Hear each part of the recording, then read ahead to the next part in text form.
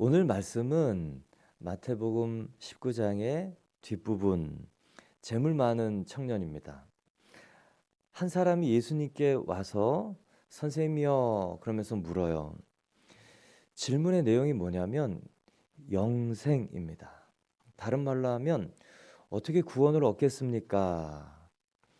예수님께서 처음에 사역을 하셨을 때 회개하라 하나님 나라가 가까웠느니라 라고 말씀하시면서 예수님의 초기 사역으로 설명하자면 영생, 구원, 어떻게 하면 하나님 나라에 들어갈 수 있겠습니까? 더 정확하게 예수님의 개념으로 표현하면 어떻게 하면 하나님 나라가 내 안에 들어올 수 있겠습니까? 너무 귀한 질문이에요.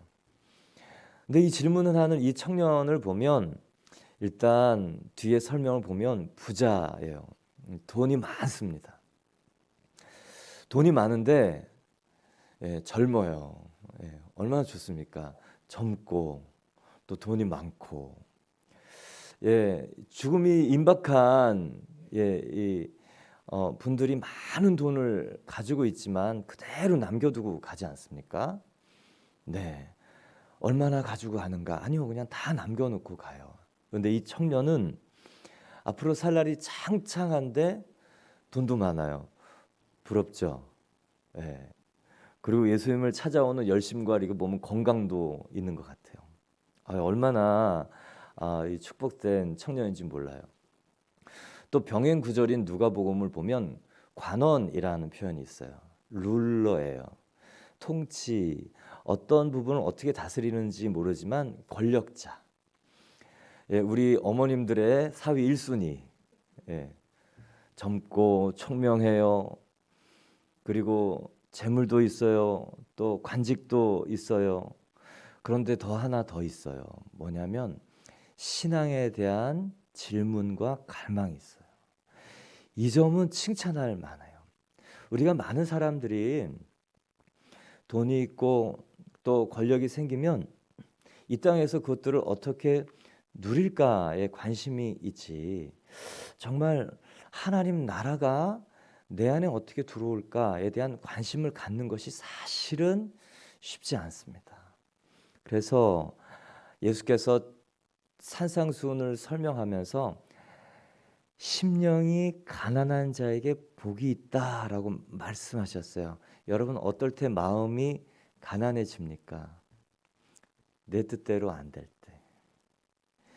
노심초사, 정말 불안, 이 일이 어떻게 될까? 내 운명과 인생이 어떻게 될까? 이 사고와 또 염려와 또 그런 근심들 파묻혀서 죽을 것 같은 때, 여러분, 오히려 그때가 하나님이 부르시는 때, 축복이 시작되는 때인 줄 믿습니까? 아멘. 예. 근데 간혹 인간은 영적인 존재예요. 배가 고프고 또 할 일이 생기고 또 먹을 것을 찾아서 또 성취를 하고, 그것이 인간의 이 땅에서의 삶이지만 인간은 영적 존재인지라 그것들이 해결되고 나면 사람들이 이상하게 일탈을 하더라고요. 열심히 비전을 따라 자신의 목표를 성취하고 또 30대, 40대 다 이루고, 그리고 그것을 누릴 만한 때 가정이 많이 깨져요. 같이 열심히 안 먹고 안 쓰고 절약해서 그리고 모아서 집도 사고 또 가게도 오픈하고 잘 이뤄가는가 하면 이제 성공했다 누려볼 만할 때 일탈행위들이 있어서 가정이 깨어지는 것들을 많이 봅니다. 왜 그럴까요? 인간은 배부르고 등 따시면 그때부터 진짜 자기 자신에 대한 본질적 고민을 할 수밖에 없도록 영적으로 지어진 존재인데, 그것을 세상적으로 육적으로 해결하기 때문에 일탈이 생기는 거예요. 그런데 오늘 이 청년은요, 젊은 나이에 관직에 올랐어요. 대단합니다. 관운도 있고요. 그리고 어떻게 하면 영생을 얻을까에 대한 하나님 나라에 대한 갈망이 있습니다. 여러분, 연령이 많던 적던, 자기 안에 재물이 얼마나 있던 없던, 그리고 내가 무엇을 할 수 있는 포텐셜 가능성이 있던 없던, 모든 이 땅에 태어난 사람에게 있어야 되는 가장 큰 한 가지가 있다면 바로 영적인 갈망이어야 돼요. 왜요? 하나님께서 우리에게 하나님의 형상대로 지으셔서 분리된 흔적, 이것이 바로 영적인 갈망입니다. 그러나 이 청년은 그것을 돈으로 메우려고 하지 않았고, 또 관직으로 명예로 메우려고 하지 않았고, 그리고 이 청년은 권력으로 그것을 메우려고 하지 않고 정말 그 생명을 주실 만한 분 예수님께 와서 묻습니다. 선생님이여, 내가 무슨 선한 일을 하여야 영생을 얻으리까?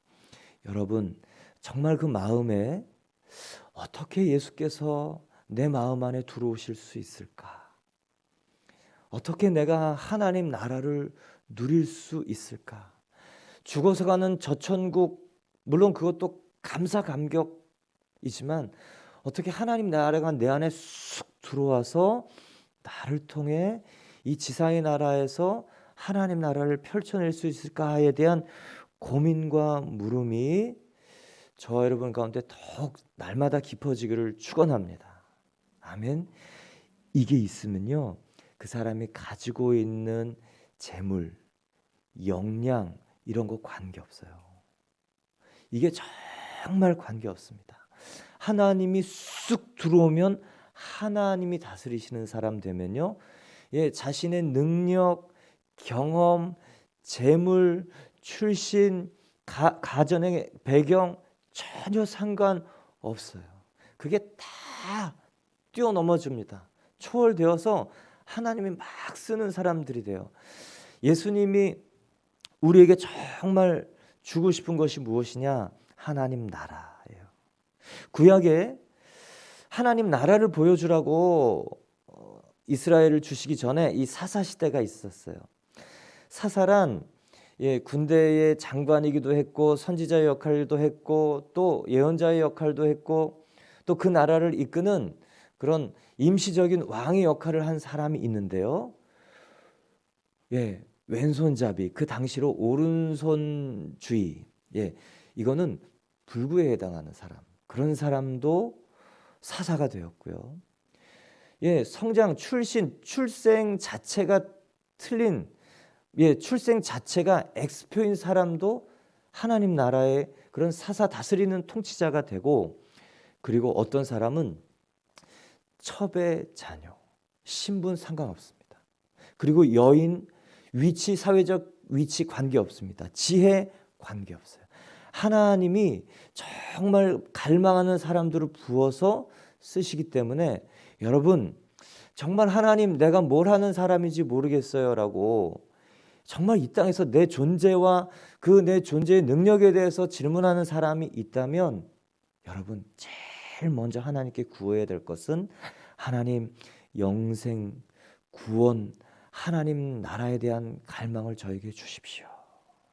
여러분, 그것이 인생의 길을 여는 가장 큰 힘인 줄 믿습니다. 근데 예수께서 말씀하시는 17절을 보면, 네가 어찌하여 선한 일을 내게 묻느냐? 선한 이는 오직 한 분이시니 내가 생명에 들어가려면 계명을 지켜라. 이 사람이, 이 청년이 무슨 일을 행해야 선하게 해서 영생을 얻으리까? 영생을 얻는 방법에 대하여 살펴보면 예수님의 생각과는 조금 달랐어요. 예수님은 이 땅에 와서 회개하라, 천국이 가까웠다, 하나님 나라가 내 안에 들어오려면 회개해야 된다라고 얘기했어요. 그래서 많은 사람들이 잘못된 행위를 회개하는 것을 회개라고 생각했어요. 근데 예수님이 말한 것은요, 잘못된 드러난 행위가 아니고 그 마음에 숨어져 있는 동기를 회개해라. 여러분, 이게 예수님께서 회개하라는 그 마음의 회개예요. 근데 조금 더 성숙한 사람들의 회개는 내가 행하고 있는 의로움 속에 나를 위해서 행하고 있는 자기 자신을 드러내고자 하는 그 의로움에 대한 회개. 그게 예수님이 정말 회개해야 하나님이 나를 다스리실 수 있는 회개라고 얘기했어요. 여러분은 어떤 회개를 하고 계세요? 행위적인 죄를 회개하고 있다면 아직 예수 그리스도의 마음 안으로 더 들어가야 돼요. 그 행위가 왜 나오는가? 내 마음 안에 나쁜 동기와 마음에서 나오는 거예요. 그러니 행동을 살필 것이 아니고 내 마음의 상태를 바꾸는 거예요.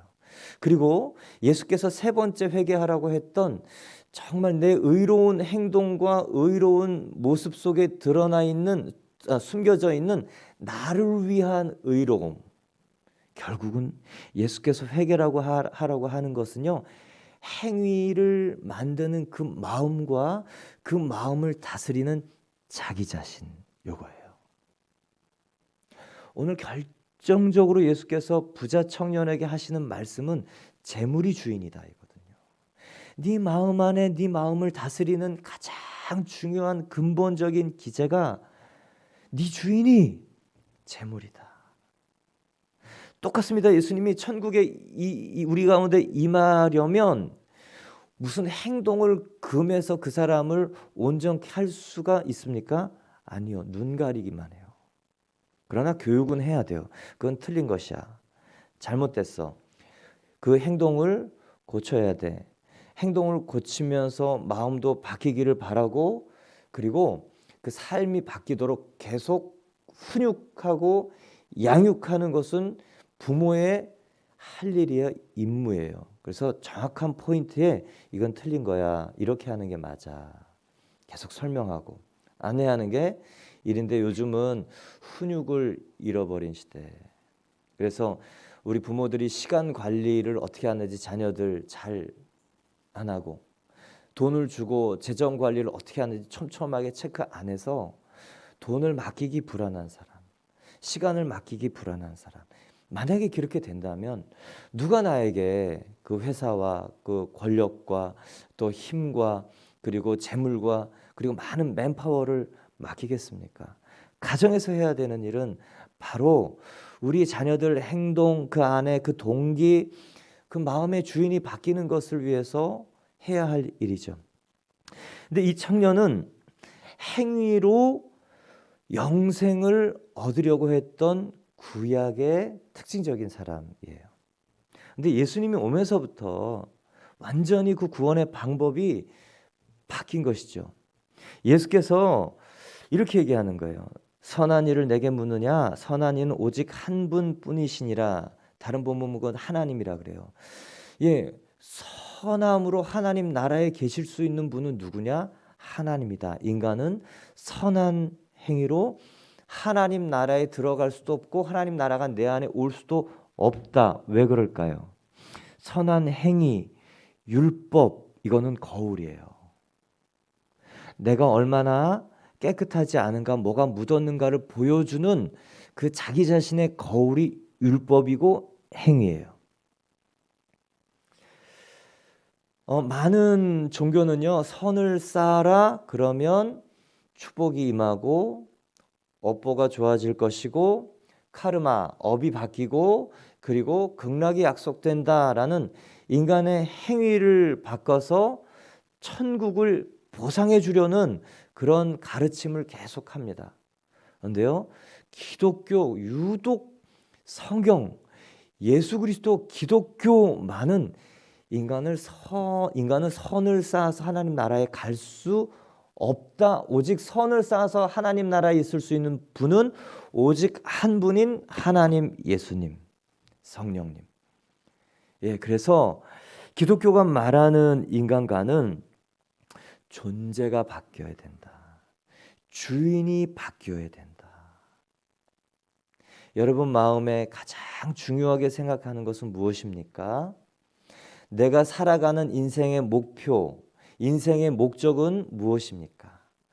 이 젊은 청년은요, 다 가지고 정말 다 가지려는 이 마음, 그게 나쁜 것은 아니에요.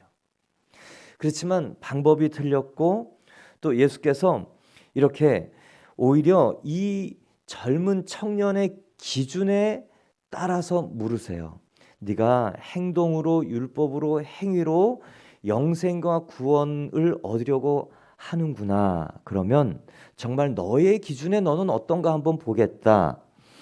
내가 생명에 들어가려면 계명을 지켜라 라고 이 청년의 기준에, 구원 얻는 기준에 어떤가를 질문합니다. 그러니 이 청년이 18절에 이렇게 얘기해요. 어느 계명이오니까? 예수께서 이르시되 살인하지 말라, 간음하지 말라, 도둑질하지 말라, 거짓 증언하지 말라, 내 부모를 공경하라, 내 이웃을 내 자신과 같이 사랑하라 하신 이것이니라. 예수님께서 산상수훈의 신의 산 10계명, 죄송합니다. 10계명 중에서 5계명에서 이 10계명, 이 사람과의 관계에서의 율법을 이 형제에게 얘기하면서 이것을 다 지키는가 얘기했어요. 왜 예수님께서 이것 먼저 물으셨을까요? 10계명은 1계명에서 4계명은요, 하나님과 나와의 관계입니다. 5계명부터 10계명까지는요, 5계명, 5, 좀 유치하지만 10계명 외우는 방법에서 오마이를 잘 섬겨라, 부모를 공경해라. 6, 육신을 살인하지 말라. 7, 칠부단장한 여인을 간음하지 말라. 8, 팔로 도둑질하지 말라. 9, 구차하게 거짓 증인하지 말라. 거짓 증거. 10, 10원이라도 남의 것 탐하지 말라. 유치하지만 기억에 쏙 남아요. 5계명에서 10계명까지는요, 1계명에서 4계명까지 하나님과의 관계와 마음의 법을 확인할 수 있는 증표예요. 1계명에서 4계명을 확인할 수 있는 그 드러난 관계의 지표가 바로 인간관계의 지표입니다. 그러니 부모님을 섬기지 않는 사람이 하나님을 섬긴다고 할 수 있을까요? 아니요. 하나님 기준에 그것은 그 사람 신앙은 거짓 신앙이에요. 두 번째, 이 살인하지 말라고 한 사람이 하나님을 사랑하고 섬길 수 있다고 생각하세요? 아니에요. 칠부단장한 여인을 간음하지 말라. 이 음욕을 품고 행동으로 옮기는 이 마음의 그 간음, 이런 것을 행동으로 옮기는 사람이 하나님을 사랑한다고 말할 수 있습니까? 아니요. 할 수 없어요. 시간을 도둑질하고 남의 눈을 속이고 그리고 재물과 뭐 이런 것에 투명하지 않은 사람이 하나님을 섬긴다고 할 수 있을까요? 할 수 없어요. 그리고 마지막 다른 사람의 것들을 탐하는 인간 관계의 여러 가지 역학의 그런 자기 본의적인 것들을 주장하고 자기가 원하는 사람, 자기가 원하는 관계 패턴을 맺는 사람이 하나님을 사랑한다고 할 수 있습니까? 아니요, 할 수 없어요. 그러니 예수께서 정말 이 5계명에서 10계명까지를 얘기하면서 정말 이 청년에게 하나님과의 관계를 잘 돌아볼 수 있는 첫 번째 테스트를 주시는 거예요. 그러니 이 청년이 뭐라 그러냐면 이르되 이 모든 것을 내가 지켰사온데 아직도 무엇이 부족하니까.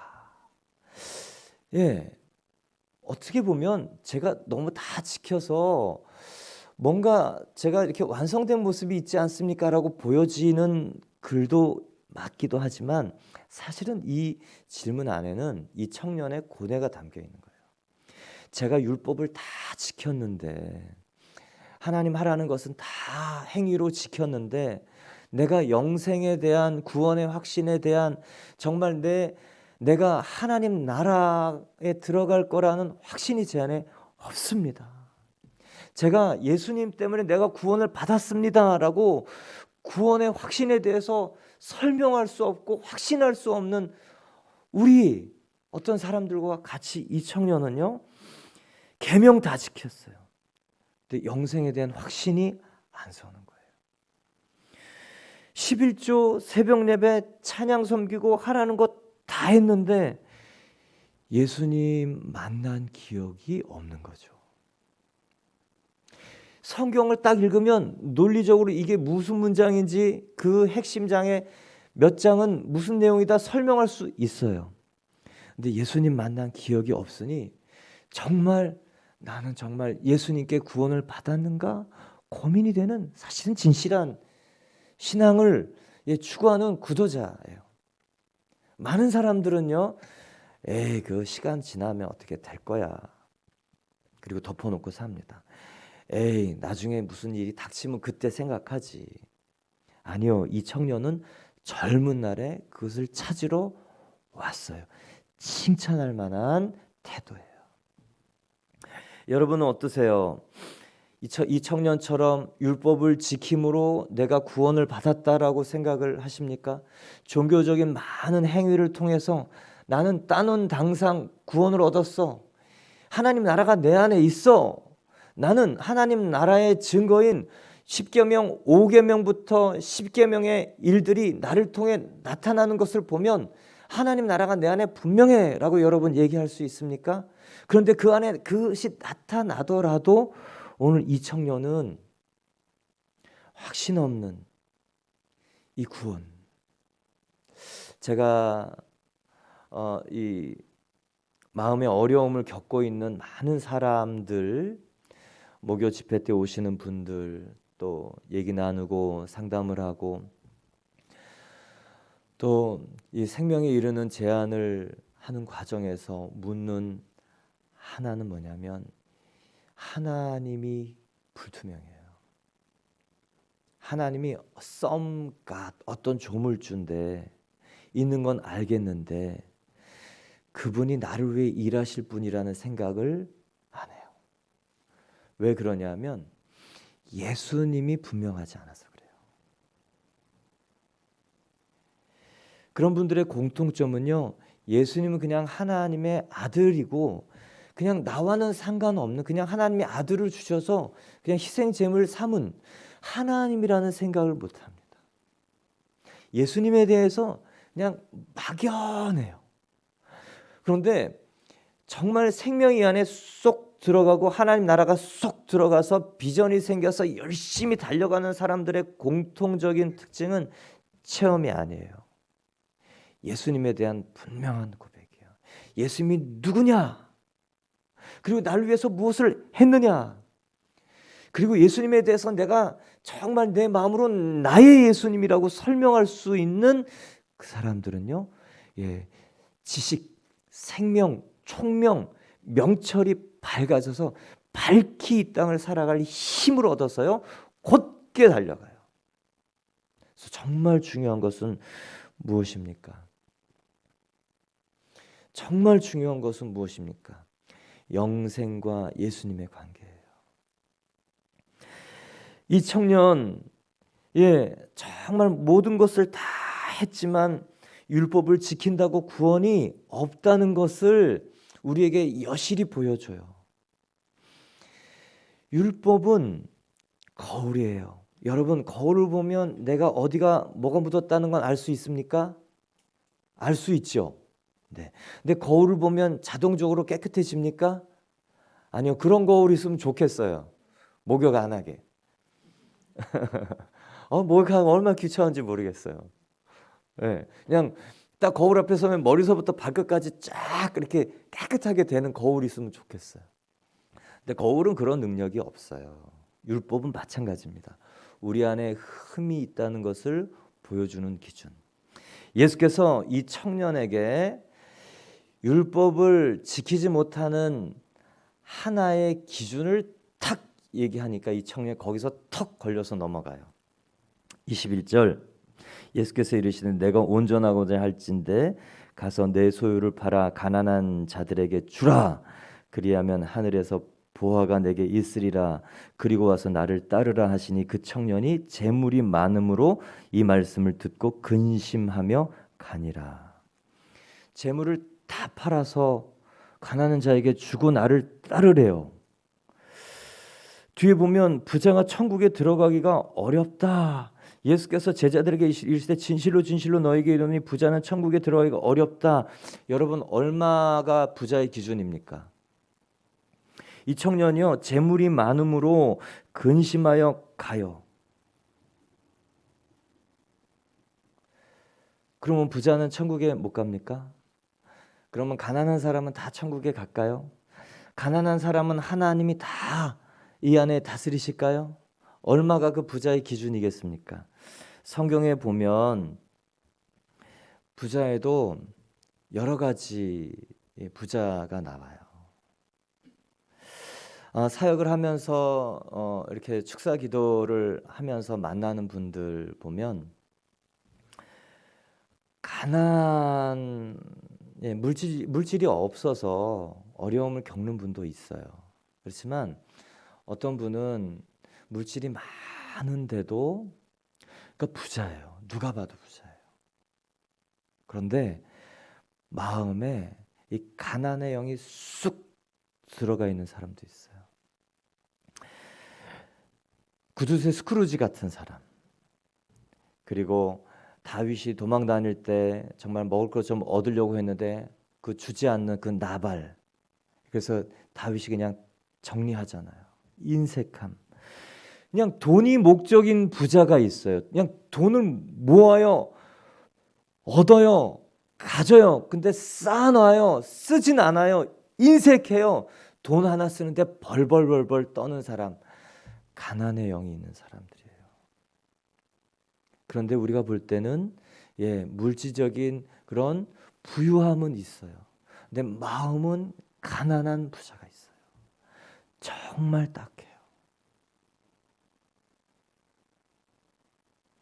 그건 돈의 액수하고 관계가 없는 거 아세요?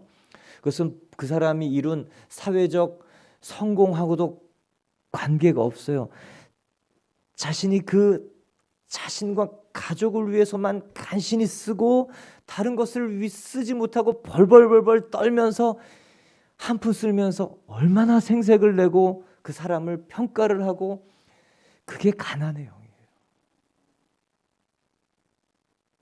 또 그런가 하면 두 번째 부자의 유형은요, 돈이 주는 영향력 때문에 돈을 사모하고 모으는 사람, 편안함, 그리고 돈과 함께 주어지는 그 권력, 명예. 많은 사람들이 정말 신분 상승, 인생의 역전을 위해서 열심히 공부를 하고 고시를 하고 그리고 좋은 대학에 가고 했던 이유가 뭐냐? 돈이 오면서 편안함이 오고 또 명예와 그리고 이 명성, 이 권력이 따라오기 때문에 그래요. 그러다가 결국은 우리 기업인들이 대통령을 나가잖아요. 그렇잖아요. 마지막에 사람들이 얻고 싶은 게 권력, 명예욕이잖아요. 이런 사람들은요, 돈의 편안함, 영향력, 이 권력, 이런 부자 있어요. 근데 예수께서 부자가 천국에 들어가기 어려우니라 라고 얘기한 그 부자에 해당되지 않는 부자들도 있어요. 거룩한 부자, 청지기의 부자예요. 성경에 보면 부자가 많이 나와요. 아브라함은요, 목축 거부였어요. 이집트에서 올라올 때 그 조카와 함께 목초지를 쓸 수 없을 만큼 그 당시 목축 시대에 양과 염소와 소가 가득해서 나뉘어질 수밖에 없도록 하나님 부어주신 거부예요. 이삭 그거 그대로 물려받았어요. 근데 다른 사람들하고 싸우지 않고 다른 사람들이 그 우물가를 막아버리면 싸우지 않고, 싸워도 되는데 왜? 아버지 아브라함이 팠으니까. 근데 싸우지 않고 다른 데 가서 우물을 파요. 여러분, 그 사막 지역 광야에 아무 데나 판다고 우물이 나오겠습니까? 석유 아무 데나 파면 나올까요? 그렇지 않잖아요. 그런데 정말 하나님이 함께 하시고 이 모든 부의 근원이 하나님이시라고 믿는 이삭, 이 모든 근원이 하나님께로부터 오는 것이다 라고 믿는 사람은 그냥 주고 양보하고 나와서 하나님이 책임지실 것을 믿고 또 우물을 파요. 그 우물이 계속 팔 때마다 열려서 샘이 되고 나오고 도시가 돼요. 거부가 되는 거예요. 그 르호봇, 다툼이 그치고 이 생수가 열리고. 여러분, 성경에는 아까 얘기했던 가난의 영이 있어서 돈만 모으려는 사람 한 푼도 못 쓰고 그냥 쌓여 있는 것으로 만족하면서 그냥 인생을 끝내는 사람이 있는가 하면, 그 돈을 쓰면서 자기와 자기의 모든 것들을 권력을 위해서 쓰는 사람들이 있는가 하면, 하나님의 거룩하심과 영향력과 기름 부으심과 열매와 우리를 인간을 향한 축복을 나타내는 부자도 있어요. 이런 사람이 천국에 못 가겠습니까? 아니요. 하나님 그런 사람들에게 더 주세요. 맡기세요. 문제는 우리 안에 있는 가난의 영이에요. 내가 주인 돼서 사는 사람들에게 생겨나는 그 결핍의 영. 또 성경에 보면 부자가 많아요. 보아스, 여러분 기억나세요?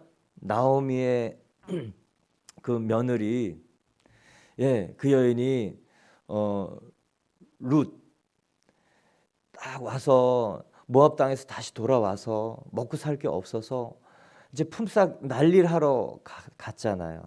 근데 그 보아스, 그냥 그 밭, 여러 밭이 있는데 그날은 이 밭에 가서 잘하는지 이렇게 확인했는데, 그때 그 여인, 나오미의 그 며느리 룻이 보였어. 보였어. 여기서 웃으셔야 되는데 보아스, 보아스. 하나님의 뜻대로 관리하고자 하는 사람들에게 하나님 계속 맡기세요. 그래서 중요한 것은요, 하나님 저를 테스트해 주세요. 제가 그 시험을 잘 통과하기를 원합니다. 예수님께서 시험을 통과하고 오면서 광야에서 성령의 권능이 임했고 그때부터 하나님 나라가 힘껏 선포되었어요. 여러분, 시간 관리 훈련, 하나님이 나에게 주신 재능 관리 훈련, 그리고 인간 관계 훈련, 재물, 저 사람에게 돈을 맡기면 어떻게 돈이 들어갔다 나오고 쓰여진지 믿어지지가 않아.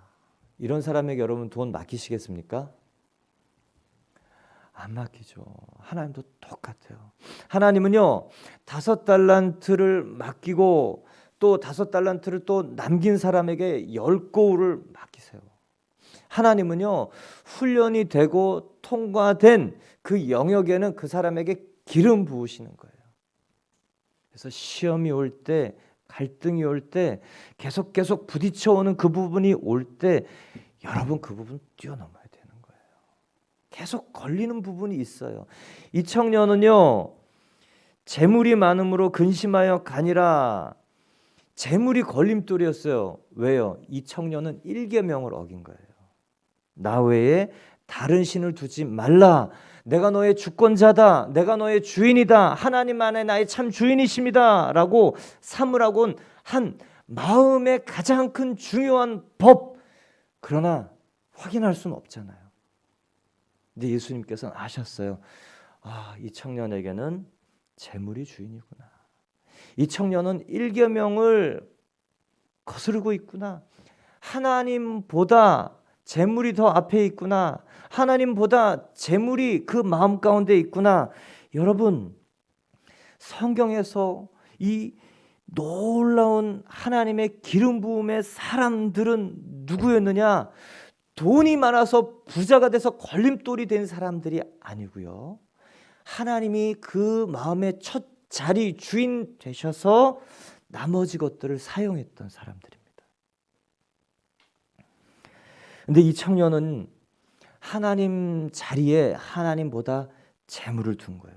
어떻게 예수님은 그걸 아셨을까? 놀라워요. 여러분은 하나님 자리에 무엇을 두고 계십니까? 하나님께서 우리에게 오셔서 이렇게 테스트하고 시험하시는 게 사실 축복이에요. 아브라함에게 하나님께서는 아주 곤란한 테스트를 하셨어요. 하나님이 아브라함을 시험하시려 뭐라 그래요? 모리아산에 그 아들을 데리고 가서 번제로 드리라. 왜요? 100세에 낳은 아들이에요. 눈에 넣어도 아프지 않아요. 이거는 생길 수 없는 그 아들이 정말 여러 가지 인간적인 실수와 낭패와 불신앙을 겪고 나서 하나님이 주신 그 아들이에요. 그러니 얼마나 기쁘겠어요. 어느새 그 아이가 재롱을 부리고 아장아장 걸어다니고 또 이제 9살, 10살 성년이 되는 12살이 지나면서 정말 가업을 물려받을 만한 귀한 순종적인 이삭으로 자라는 그 아들을 보면서 아브라함의 마음에 하나님보다 누가 더 커 보였겠습니까? 예, 여러분, 하나님이 우리를 쓰시기 전에 내 마음의 첫자리에 있는 하나님 아닌 걸림돌들을 꼭 말씀하세요. 그 제하셔야 우리가 하나님이 나를 다스릴 수 있는 거예요. 여러분의 걸림돌은 무엇입니까?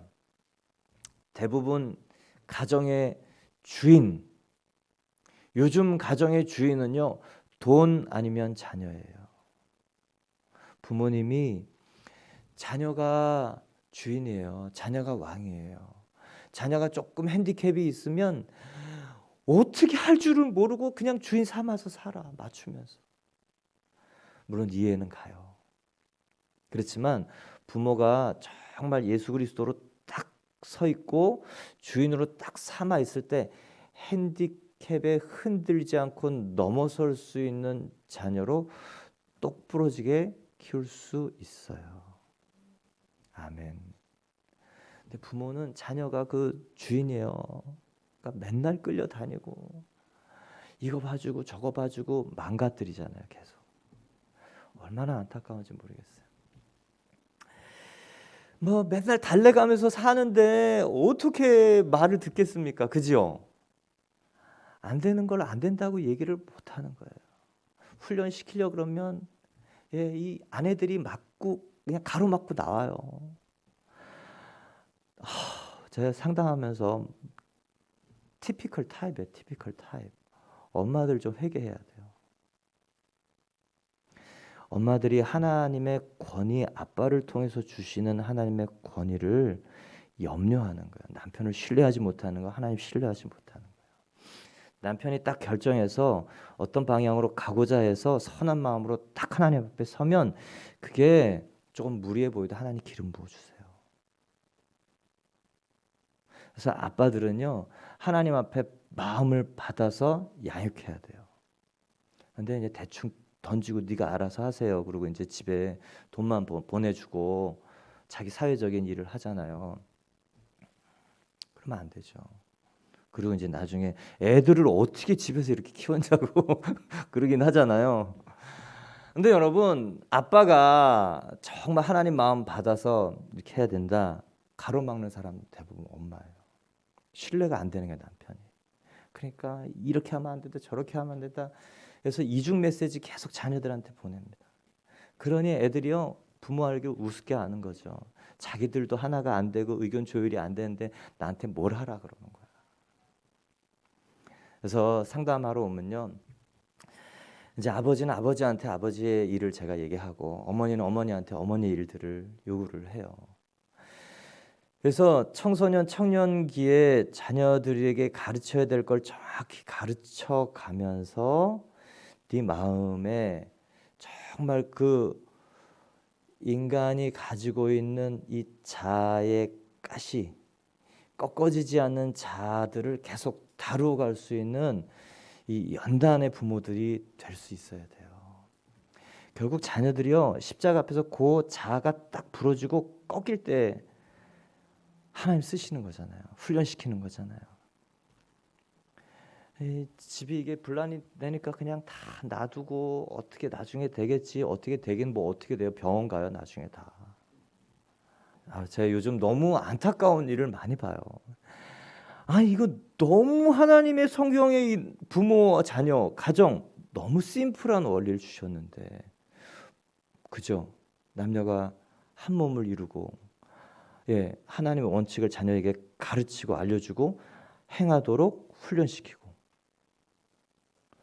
돈이 애들에게 편안함을 줄 것 같지만 여러분, 애들은 그렇지 않아요. 마음에 강인함은요, 그 하나님의 그 나를 통해서 나타나시고 나를 책임지시고 이끌어 가시는 것들을 경험할 때 애들은 강인해지고 안심이 생기는 거예요. 그건 성인도 마찬가지입니다.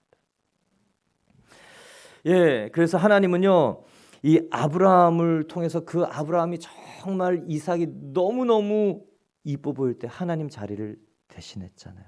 걸림돌, 하나님이 그것을 탁 말씀하시는 거예요. 여러분은 뭐가 걸림돌입니까? 자녀예요? 자녀의 병이에요? 자녀의 진로예요? 아니면 여러분 자신의 성공입니까? 아니면 우리 자녀들은 뭐가 내 인생의 주인입니까?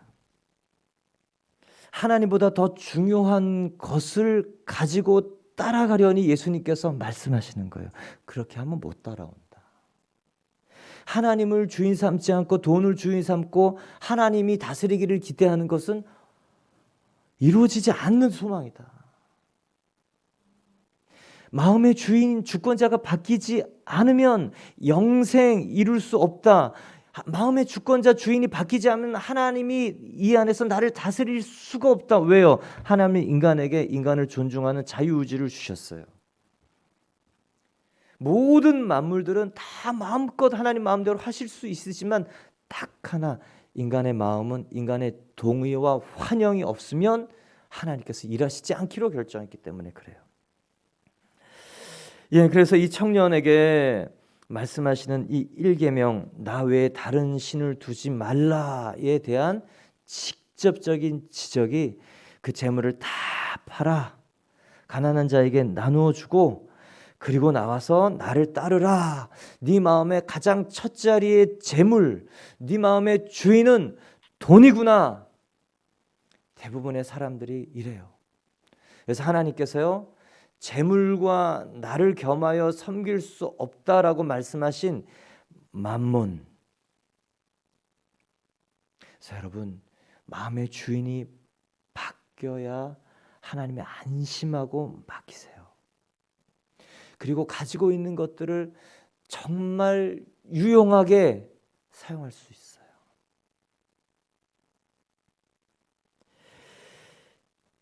예수께서 부자는 천국에 들어가기 어려우니라. 여러분, 저는 여러분이 정말 하나님이 정말 기름 부어서 막 쓰시는 사람들 재물도 막 부어주시길 바라요. 아멘 되지요? 그렇게 기도하세요. 하나님 저 훈련시켜 주세요. 5,000원짜리를 맡겨보고 그 다음 5만원짜리를 맡겨보고 이게 되어야 500만 원 맡기고 5억을 맡기고 50억을 맡기는 거잖아요. 그런데 50만 원 맡겼는데 이게 오리무중이야. 그런 사람에게 여러분, 부모가 단위를 올려서 주는 건 독을 주는 거죠. 하나님도 똑같아요. 그래서 하나님께서는요, 우리 마음 가운데 이 걸림돌, 하나님 첫 자리에 있던 것들을 언제 말씀하세요. 아브라함에게는 네 아들 이삭 번제 드려라. 근데 여러분, 그런 말도 안 되는 하나님의 시험이 우리에게는 축복이에요. 위기, 갈등, 계속적으로 걸림돌이 되는 그 부분 드러나는 건 축복이에요.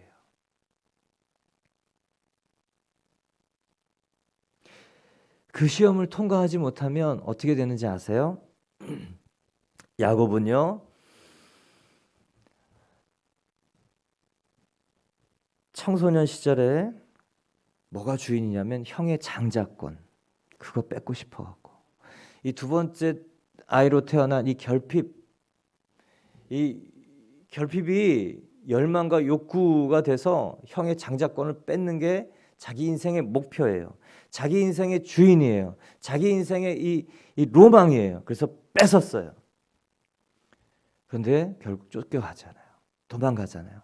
그리고 삼촌 라반의 집에 갔을 때 그 인생의 주인이 또 바뀌어요. 그 아내 얻으려고 14년, 20년을 수일처럼 일해요. 예. 여인이 이제 자기 인생의 목표예요. 자기 인생의 주인이에요.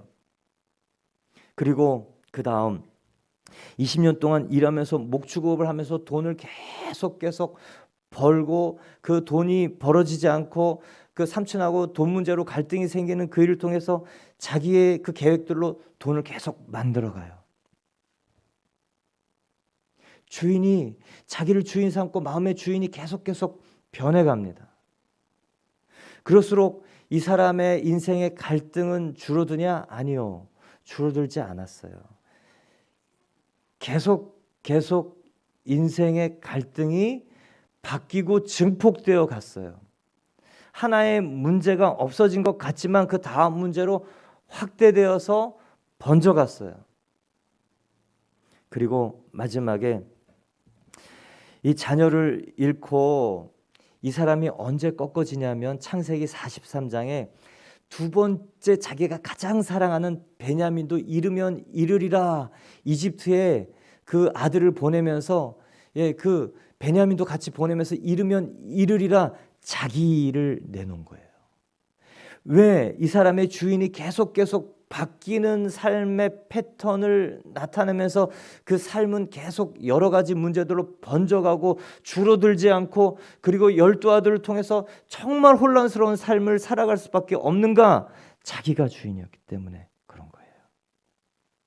그래서 여러분, 문제 행위 하나를 없앤다고 그 사람의 일이 바뀌는 게 아니에요.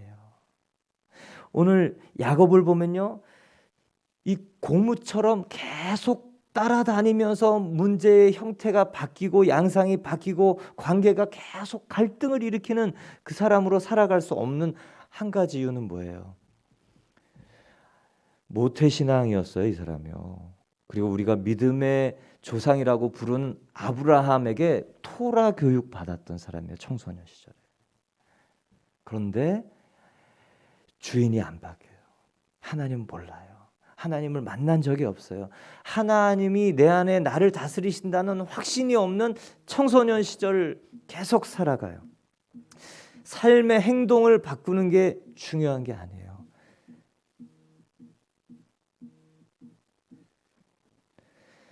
내 마음의 주인을 바꾸는 것. 영생이 뭐냐면요, 이거예요. 요한복음 5장 39절에 보면 너희가 성경에서 영생을 얻는 줄 생각하고 성경을 연구하거니와 이 성경이 곧 내게 대하여 증언하는 것이니라. 그러나 너희가 영생을 얻기 위하여 내게 오지 아니하는도다.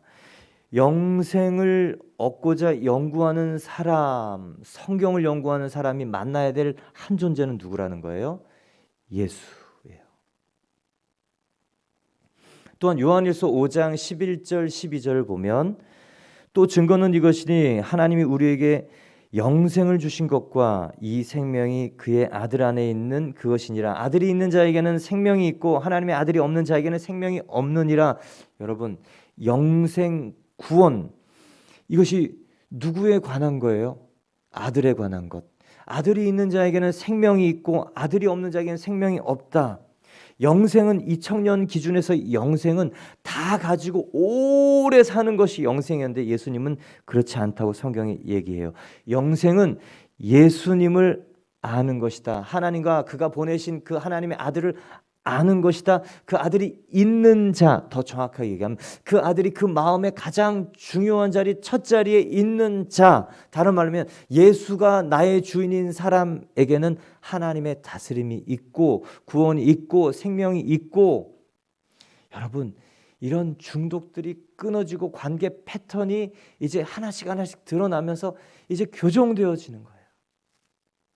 여러분, 정말 영생 우리가 죽어서 가는 먼 천국의 오래된 삶이 아니고 예수님이 나를 다스리시는 삶인 줄 믿으시기를 축원합니다. 예수님이 나의 주인 되셔서 사는 것이 구원인 줄 믿습니까? 여러분, 성경에서 예수께서 주와 그리스도 되게 하시려고 우리에게 보내신 그 성령님이 있으세요. 예수님을 구원자로 여기고 내가 주인 되어 살면 성화는 없어요. 나의 열매. 그런데 예수님이 주인, 그분이 구원자 예수님이 나를 다스리시도록 하면 예수님의 성품과 예수님의 능력이 나를 통해 나타나는 하나님 나라를 보여주는 삶을 사는 거예요. 오늘 제자들이 깜짝 놀라서 이렇게 얘기해요. 야, 예수님, 그러면 과연 누가 구원을 얻을 수 있겠습니까? 예수께서 정말 낙타가 바늘귀로 들어가는 것이 부자가 하나님 나라에 들어가는 것보다 쉽다고 얘기하셨는데 누가 얻을 수 있겠습니까? 구원을. 그러니까 예수께서 이렇게 얘기하시는, 사람으로서는 할 수 없을 때 하나님으로서는 다 하실 수 있느니라. 여러분, 누가 하나님의 인간의 마음의 그 주인을 바꿀 수 있도록 그 일들을 다 하셨어요? 누가 하셨습니까? 인간은 못해요. 인간은 스스로 자기가 주인 되어 살면서 자기가 주인인지도 모르고 다 사니까 그렇게 살아요. 그리고 자기가 주인된 삶이 세상 공중권세 잡은 자가 주인이라는 것을 몰라요. 마귀가 주인인 것을 몰라요. 마귀가 자기의 마귀 자식인 것도 모르고 살아요. 그런데 예수께서 오셔서 그 옛사람을 십자가에 못 박아 죽으시는 예수님과 함께 죽는 십자가의 죽음, 그리고 예수님의 생명, 영원한 신적 생명으로 일어나는 부활을 통해서 우리에게 하나님이 우리에게 첫 자리 임하실 수 있도록 주인이 바뀔 수 있는 모든 것들을 하나님이 하신 거예요. 예수님이 하신 거예요. 성령님이 우리에게 그것을 넘겨주시는 겁니다. 여러분, 그래서 정말 기독교는요, 행위로 구원을 얻는 것이 아니고 존재가 바뀌는 것. 내가 그리스도와 함께 십자가에 못 박혔나니 십자가에 못 박히는 옛자의 죽음, 그리고 예수님의 본성으로 태어나는 부활의 생명과 권세, 이 주인이 이렇게 해야 바뀌는 것입니다. 그 예수님을 주인으로 모실 때 우리 안에 주인이 바뀌어서 이제는 다른 것들을 드러내고 훈련받고 끊어내고 버리는 게 아니고 다 가지고 있으면서 사용할 수 있는 사람이 되는 거예요. 하나님이 우리를 예수님 믿고 산속으로 보냈습니까? 아니요. 도시 한복판에 교회가 세워졌어요. 권력의 핵심인 예루살렘, 그리고 그 당시의 세계 패권인 로마 시대의 한복판에 하나님의 교회가 나타난 건 뭐예요? 예수가 다스리시는 삶을 이 땅의 보편적인 삶으로 나타내라. 그게 어떻게 가능해요? 예수님이 주인 되시면 가능하시다.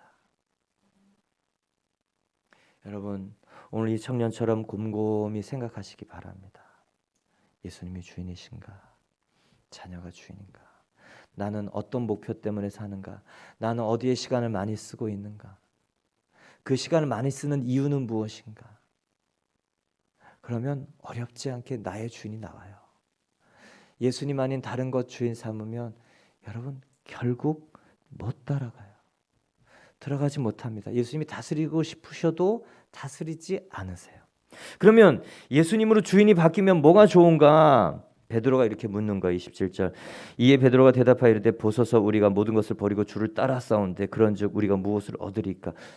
주님, 우리가 주인 바꿨잖아요. 우리에게 뭘 좀 주실 수 있어요? 그런데 예수님께서 이렇게 말씀하신 거예요. 28절에 예수께서 이르시되 내가 진실로 너에게 이르노니 세상이 새롭게 되어 인자가 자기 영광의 보좌에 앉을 때 나를 따르는 너희도 12 보좌에 앉아 이스라엘 12지파를 심판하리라. 세상이 새롭게 되어 인자가 하나님의 보좌에 앉을 때 첫 번째 해석은 재림이에요. 재림 때 저와 여러분이 예수님으로 주인 바꾼 사람이 하나님 나라에 일어나는 구원, 하나님의 자녀가 되는 그 확인, 그리고 뿐만 아니라 이스라엘 12지파 모든 사람을 심판하는 권세가 있다라는 축복이 주인 바꾼 사람들에게 종말의 재림 때 주는 축복이에요. 그런데 더 중요한 건 두 번째예요. 세상이 새롭게 되어 인자가 영광의 보좌에 앉을 때 언제 세상이 새롭게 됩니까? 언제 예수님이 영광의 보좌에 앉으십니까? 부활하시고 승천하셨을 때. 여러분, 예수님이 부활하셨을 때, 그리고 하나님 보좌에 앉으셨을 때 예수님으로 주인 바꾼 사람들에게 주시는 권세가 뭐냐면 심판하는 권세, 영적인 결정력을 우리가 받는 거, 이게 현재적이라는 거예요. 에베소서 2장 6절에 보면 예수님을 하나님 보좌 우편 통치자의 자리에 앉히시고 모든 것들을 다스리시면서 예수 믿는 사람들을 함께 하늘에 앉히시니라고 얘기가 나옵니다. 여러분, 이것에 대한 해석은요, 두 가지요. 미래적으로 재림 때 일어나는 보좌의 통치의 연합이다라고 믿는 사람, 아니다, 예수님이 보좌에 함께 앉히셨다는 과거형이기 때문에 그때부터 지속적으로 우리에게 동일하게 주는 것이다, 현재적이고 지속적이고 계속적인 이 통치권이다라고 믿는 사람은 그런 나타남이 나요. 인간의 믿음은요, 하나님께서 그 사람의 믿음대로 역사해요. 그것이 나중 일이라고 역사하는 사람들에게는 그 통치권이 나중에 나타나요. 그러나 그것이 현재적이고 지속적이고 그리고 우리에게 주신 그 지금 쓸 수 있는 하나님의 보좌 통치의 결정력이고 권세다라고 믿는 사람들에게는 그 믿음을 따라 역사하세요. 오늘 예수님으로 주인 바꾼 사람들에게 새롭게 되어 인자가 각자 자기 영광의 보좌에 앉을 때, 보좌 통치하실 때, 저 여러분 나를 따르는 너희에게 12보좌에 앉아 이스라엘 12지파를 심판하라는 심판, 통치, 그 권세 펼쳐낼 수 있다. 여러분, 주인 바뀌는 가장 큰 축복은 무엇이냐? 예수가 다스리신다. 예수가 다스리시면 나를 통해 하나님 나라의 권세가 내 권세가 된다예요. 예수님 권세, 내 권세. 예수님 권세, 내 권세. 여러분 그 찬양 아시죠? 그게요, 사실이에요. 그래서 정말 주인이 바뀌는 사람들을 통해서 하나님 나라가 나타나요. 여러분, 왜 주인이 바뀌어야 되겠습니까? 왜 주인이 바뀌어야 됩니까?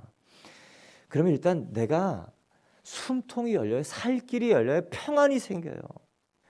완전하신 주권자, 결정 통제권자가 나를 위해서 십자가에서 죽으시기까지 한 분이 나를 다스리면 반드시 생명으로 향하게 하신다. 믿습니까? 그리고 안전함 뿐만 아니라 그분이 나를 통해 하시고자 하는 기대가 막 밀려오면요, 이 청년 재물 때문에 그냥 갔지만 하나님이 주신, 주인이 바뀐 사람은 재물을 통해 하나님 나라를 펼쳐내고 또 믿음을 통하여 하나님 나라를, 능력을 나타내고 하나님의 이 성품, 예수 그리스도의 성품, 관계의 모든 걸림돌들을 풀어내는 예수 그리스도의 성품의 사람이 되어서 하나님의 사랑과 또 하나님의 은혜를 펼쳐내는 사람이 됩니다. 여러분, 그래서 날마다 우리가 예수 그리스도가 주인이 되시기를 기도하고, 나의 주 나의 하나님이십니다 아침마다 고백하는 저와 여러분 되기를 축원합니다. 그런 사람은요, 정말 다른 사람의 걸림돌이 보여요. 30절, 그러나 먼저 된 자로서 나중되고 나중된 자로서 먼저 될 자가 많으니라. 먼저 믿었다고 다 하나님의 일을 펼쳐내는 거 아니에요. 자아가 꺾인 사람이 다른 사람의 에고가 보이고 훈련시키고 연단할 수가 있어요. 저 여러분이 그 일을 잘 감당해서 많은 사람들 묶였던 것들을 풀어내고 또 그 마음의 주인을 바꿔서, 주인을 바꾸고 마음의 동기를 바꾸고 행동이 바뀌고 삶이 바뀌고 관계가 바뀌고 기쁨이 임하고 열매가 있는 귀한 삶으로 초대하는 한 분 한 분 되기를 주님의 이름으로 축원합니다.